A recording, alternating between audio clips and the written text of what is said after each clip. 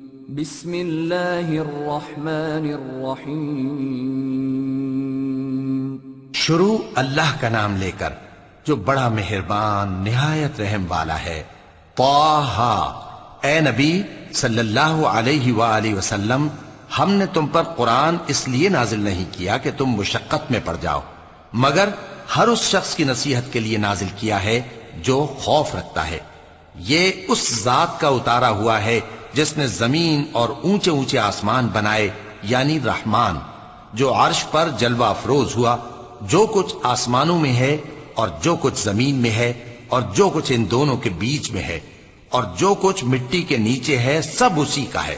اور اگر تم پکار کر بات کہو تو کیا ہے، وہ تو آہستہ کہی ہوئی اور نہایت پوشیدہ بات تک کو جانتا ہے۔ اللہ وہ معبود برحق ہے کہ اس کے سوا کوئی معبود نہیں ہے، اس کے سب نام اچھے ہیں۔ اور کیا تمہیں موسیٰ کے حال کی خبر ملی ہے؟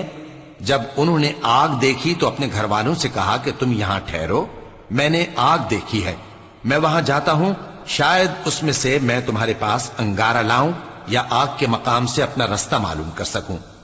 پھر جب وہ وہاں پہنچے تو آواز آئی کہ اے موسیٰ، میں تو تمہارا پروردگار ہوں، تو اپنے جوتے اتار دو، تم یہاں پاک میدان یعنی طویٰ میں ہو، اور میں نے تم کو منتخب کر لیا ہے، تو جو حکم دیا جائے اسے سنو۔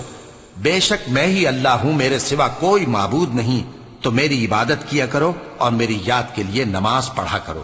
قیامت یقیناً آنے والی ہے، میں چاہتا ہوں کہ اس کے وقت کو پوشیدہ رکھوں تاکہ ہر شخص جو کوشش کرے اس کا بدلہ پائے۔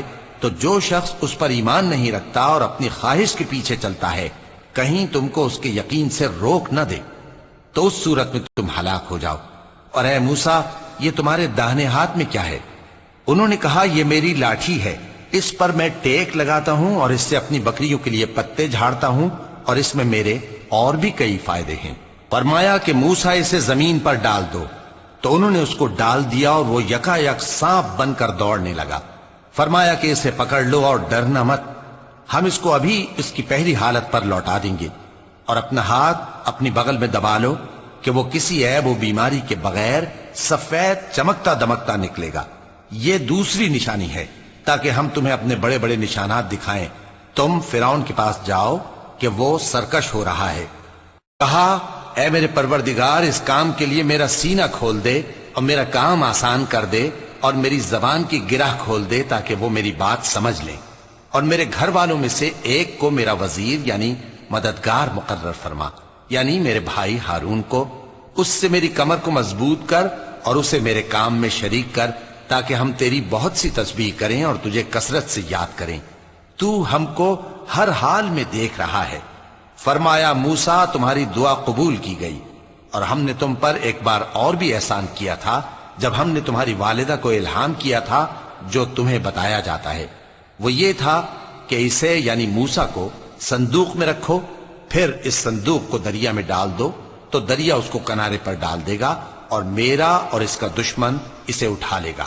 اور موسیٰ، میں نے تم پر اپنی طرف سے محبت ڈال دی، اور اس لیے کہ تم میرے سامنے پرورش پاؤ۔ جب تمہاری بہن وہاں فرعون کے ہاں گئی اور کہنے لگی کہ میں تمہیں اس کا پتہ دوں جو اس کو پالے پوسے، تو اس طریق سے ہم نے تم کو تمہاری ماں کے پاس پہنچا دیا تاکہ ان کی آنکھیں ٹھنڈی ہوں اور وہ رنج نہ کریں۔ اور تم نے ایک شخص کو مار ڈالا تھا تو ہم نے تم کو غم سے نجات دی، اور ہم نے تمہاری کئی بار آزمائش کی، پھر تم کئی سال اہل مدین میں ٹھہرے رہے۔ پھر اے موسیٰ، تم ایک اندازے پر آ پہنچے، اور میں نے تم کو اپنے کام کے لیے بنایا ہے، تو تم اور تمہارا بھائی دونوں ہماری نشانیاں لے کر جاؤ، اور میری یاد میں سستی نہ کرنا۔ دونوں فرعون کے پاس جاؤ کہ وہ سرکش ہو رہا ہے، اور اس سے نرمی سے بات کرنا، شاید وہ غور کرے یا ڈر جائے۔ دونوں کہنے لگے کہ اے ہمارے پروردگار، ہمیں خوف ہے کہ وہ ہم پر زیادتی کرنے لگے یا زیادہ سرکش ہو جائے۔ اللہ نے فرمایا کہ ڈرو مت، میں تمہارے ساتھ ہوں کہ سنتا اور دیکھتا ہوں۔ اچھا، تو اس کے پاس جاؤ اور کہو کہ ہم آپ کے پروردگار کے بھیجے ہوئے ہیں، تو بنی اسرائیل کو ہمارے ساتھ جانے کی اجازت دیجیے اور انہیں عذاب نہ کیجیے۔ ہم آپ کے پاس آپ کے پروردگار کی طرف سے نشانی لے کر آئے ہیں، اور جو ہدایت کی بات مانے اس کو سلامتی ہو۔ ہماری طرف یہ وحی آئی ہے کہ جو جھٹلائے اور منہ پھیرے اس کے لیے عذاب تیار ہے۔ غرض موسیٰ اور ہارون فرعون کے پاس گئے۔ اس نے کہا کہ موسیٰ تمہارا پروردگار کون ہے؟ کہا کہ ہمارا پروردگار وہ ہے جس نے ہر چیز کو اس کی شکل و صورت بخشی، پھر راہ دکھائی۔ کہا تو پہلی قوموں کا کیا حال ہوا؟ فرمایا کہ ان کا علم میرے پروردگار کو ہے جو کتاب میں لکھا ہوا ہے۔ میرا پروردگار نہ چوکتا ہے نہ بھولتا ہے۔ وہ وہی تو ہے جس نے تم لوگوں کے لیے زمین کو فرش بنایا اور اس میں تمہارے لیے رستے بنا دیے اور آسمان سے پانی برسایا، پھر اس سے مختلف نباتات پیدا کی کہ خود بھی کھاؤ اور اپنے مویشیوں کو بھی چراؤ۔ بے شک ان باتوں میں عقل والوں کے لیے بہت سی نشانیاں ہیں۔ اسی زمین سے ہم نے تم کو پیدا کیا اور اسی میں ہم تمہیں لوٹائیں گے اور اسی سے ہم تمہیں دوسری دفعہ نکالیں گے۔ اور ہم نے فرعون کو اپنی سب نشانیاں دکھائیں مگر وہ تکذیب اور انکار ہی کرتا رہا۔ کہنے لگا کہ موسیٰ کیا تم ہمارے پاس اس لیے آئے ہو کہ اپنے جادو کے زور سے ہمیں ہمارے ملک سے نکال دو؟ تو ہم بھی تمہارے مقابل ایسا ہی جادو لائیں گے، تو ہمارے اور اپنے درمیان ایک وقت مقرر کر لو کہ نہ تو ہم اس کے خلاف کریں اور نہ تم، اور یہ مقابلہ ایک ہموار میدان میں ہوگا۔ موسیٰ نے کہا کہ آپ کے لیے یوم زینت کا وعدہ ہے اور یہ کہ لوگ اس روز دن چڑھے اکٹھے ہو جائیں۔ تو فرعون لوٹ گیا اور اپنے سامان جمع کر کے پھر آیا۔ موسیٰ نے ان جادوگروں سے کہا کہ یہ تمہاری بربادی ہوگی، اللہ پر جھوٹ نہ باندھو، وہ تمہیں عذاب سے فنا کر دے گا، اور جس نے جھوٹ باندھا وہ نامراد رہا۔ تو وہ باہم اپنے معاملے میں جھگڑنے اور چپکے سرگوشی کرنے لگے۔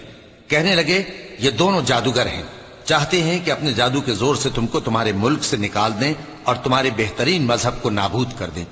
تو تم جادو کا سامان اکٹھا کر لو اور پھر قطار باندھ کر آؤ۔ آج جو غالب رہا وہی کامیاب ہوا۔ جادوگر بولے کہ موسیٰ یا تو تم اپنی چیز ڈالو یا ہم اپنی چیزیں پہلے ڈالتے ہیں۔ موسیٰ نے کہا بلکہ تم ہی پہلے ڈالو۔ جب انہوں نے چیزیں ڈالیں تو یکا یک ان کی رسیاں اور لاٹھیاں موسیٰ کے خیال میں ایسی آنے لگیں کہ وہ میدان میں ادھر ادھر دوڑ رہی ہیں۔ اس وقت موسیٰ نے اپنے دل میں خوف محسوس کیا۔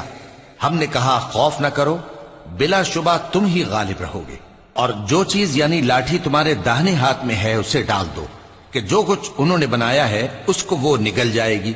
جو کچھ انہوں نے بنایا ہے یہ تو جادوگروں کے ہتھ کنڈے ہیں، اور جادوگر جہاں بھی جائے کامیاب نہیں ہوگا۔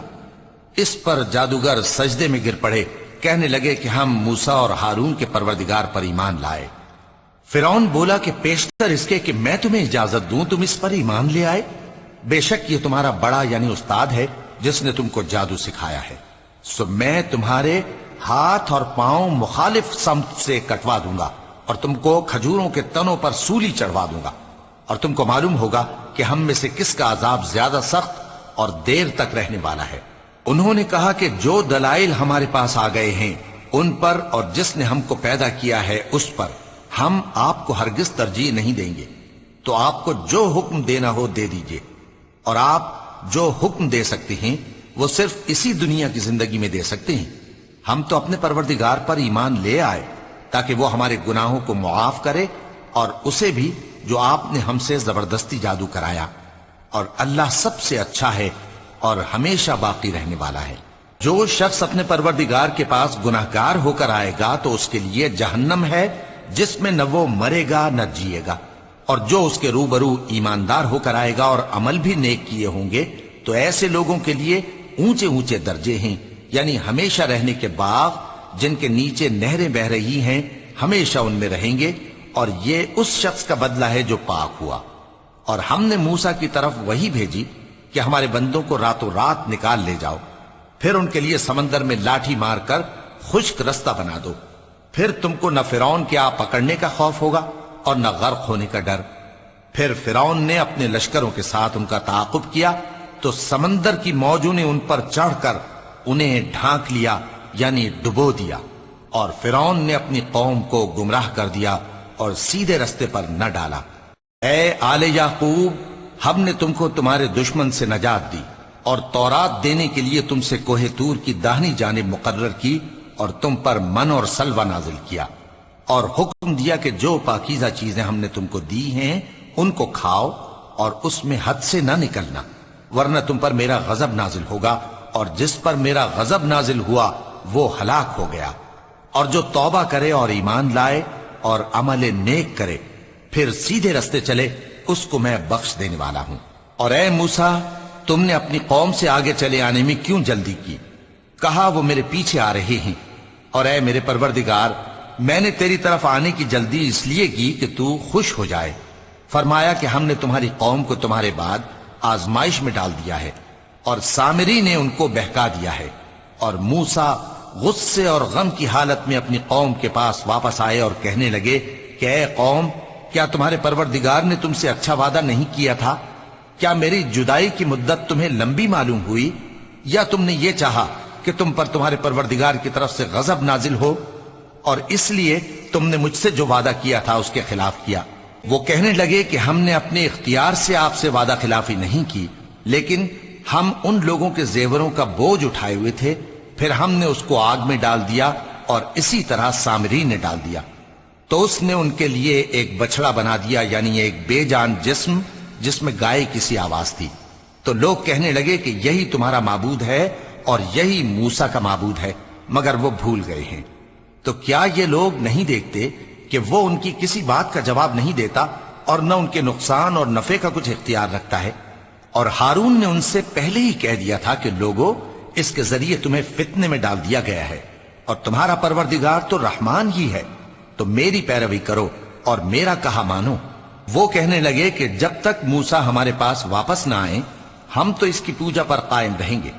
پھر موسیٰ نے ہارون سے کہا کہ اے ہارون، جب تم نے ان کو دیکھا تھا کہ گمراہ ہو گئے ہیں تو تم کو کس چیز نے روکا تھا؟ یعنی اس بات سے کہ تم میرے پیچھے چلے آؤ، بھلا تم نے میرے حکم کے خلاف کیوں کیا؟ کہنے لگے کہ اے ماں جائے، میری داڑھی اور سر کے بالوں کو نہ پکڑیے، میں تو اس سے ڈرا کہ آپ یہ نہ کہیں کہ تم نے بنی اسرائیل میں تفرقہ ڈال دیا اور میری بات کو ملحوظ نہ رکھا۔ موسیٰ نے فرمایا تو اے سامری، تیرا کیا حال ہے؟ اس نے کہا کہ میں نے ایسی چیز دیکھی جو اوروں نے نہیں دیکھی، تو میں نے فرشتے کے نقش پا سے مٹی کی ایک مٹھی بھر لی، پھر اس کو بچڑے کے جسم میں ڈال دیا، اور مجھے میرے جی نے اس کام کو اچھا بتایا۔ موسیٰ نے کہا جا، تجھ کو دنیا کی زندگی میں یہ سزا ہے کہ کہتا رہے کہ مجھ کو ہاتھ نہ لگانا، اور تیرے لیے ایک اور وعدہ ہے، یعنی عذاب کا جو تجھ سے ٹل نہ سکے گا، اور جس معبود کی پوجا پر تو جمع ہوا تھا اس کو دیکھ، ہم اسے جلا دیں گے، پھر اس کی راکھ کو اڑا کر دریا میں بکھیر دیں گے۔ تمہارا معبود تو اللہ ہی ہے، جس کے سوا کوئی معبود نہیں، اس کا علم ہر چیز پر محیط ہے۔ اس طرح ہم تم سے وہ حالات بیان کرتے ہیں جو گزر چکے ہیں، اور ہم نے تمہیں اپنے پاس سے نصیحت کی کتاب عطا فرمائی ہے۔ جو شخص اس سے منہ پھیرے گا وہ قیامت کے دن گناہ کا بوجھ اٹھائے گا۔ ایسے لوگ ہمیشہ اس عذاب میں مبتلا رہیں گے، اور یہ بوجھ قیامت کے روز ان کے لیے برا ہوگا، جس روز سور پھونکا جائے گا، اور ہم گناہگاروں کو یوں اکٹھا کریں گے کہ ان کی آنکھیں نیلی نیلی ہوں گی۔ تو وہ آپس میں آہستہ آہستہ کہیں گے کہ تم دنیا میں صرف 10 ہی دن رہے ہو، جو باتیں یہ کریں گے ہم خوب جانتے ہیں۔